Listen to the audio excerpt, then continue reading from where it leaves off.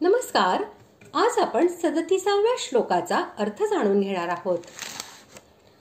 पूर्वीच्या श्लोकामध्ये स्थाने या पदाचा प्रयोग करून सिद्ध समुदायांनी नमस्कार इत्यादी करणे हे उचित असल्याचे सांगितले होते.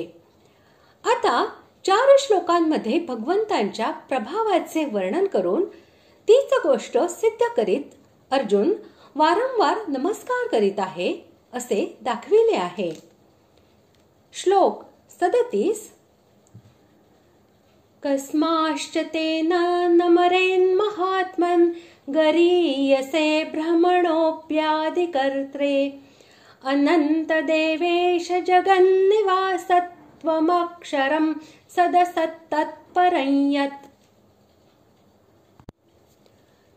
श्लोकाचा अर्थ, हे महात्मन, ब्रह्मदेवाचेही आदी कारण आणि सर्वात श्रेष्ठ अशा आपल्याला हे नमस्कार का बरे करणार नाहीत? कारण हे अनंता, हे देवाधिदेवा, हे जगन्निवासा, जे सत, असत व त्या पलीकडील अक्षर अर्थात सच्चिदानंद घन ब्रह्म आहे, हे आपणच आहात. महात्मन, अनंत, देवेश आणि जगन्निवास या 4 संबोधनांचा प्रयोग करून अर्जुन हा नमस्कार इत्यादी क्रियांचे औचित्य सिद्ध करीत आहे. याचा अभिप्राय असा की तुम्ही सर्व चराचर प्राण्यांचा महान आत्मा आहात, अंतर्हित आहात. तुमचे रूप, गुण आणि प्रभाव इत्यादींची काही सीमा नाही.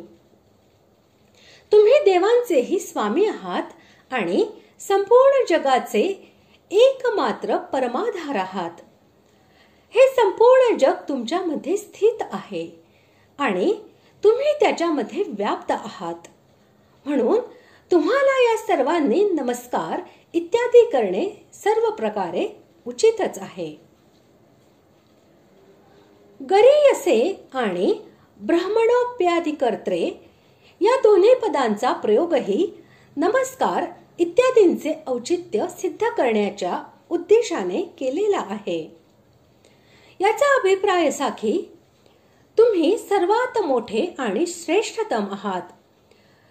जगाचे सोडाच तुम्ही सर्व जगाची रचना करणाऱ्या ब्रह्मदेवाचेही आदी रचयिता आहात.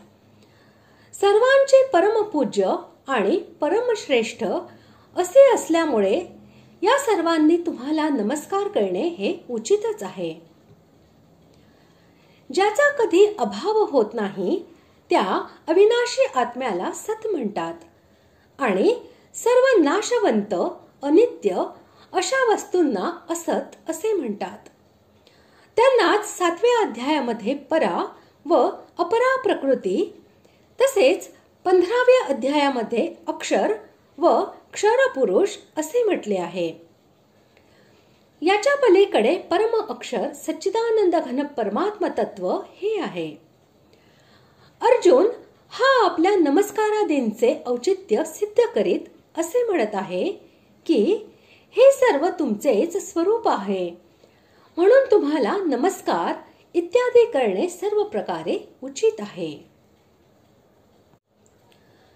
अशा प्रकारे आज आपण 37व्या श्लोकाचा अर्थ जाणून घेतला. पुढील भागात आपण 38व्या श्लोकाचा अर्थ जाणून घेणार आहोत.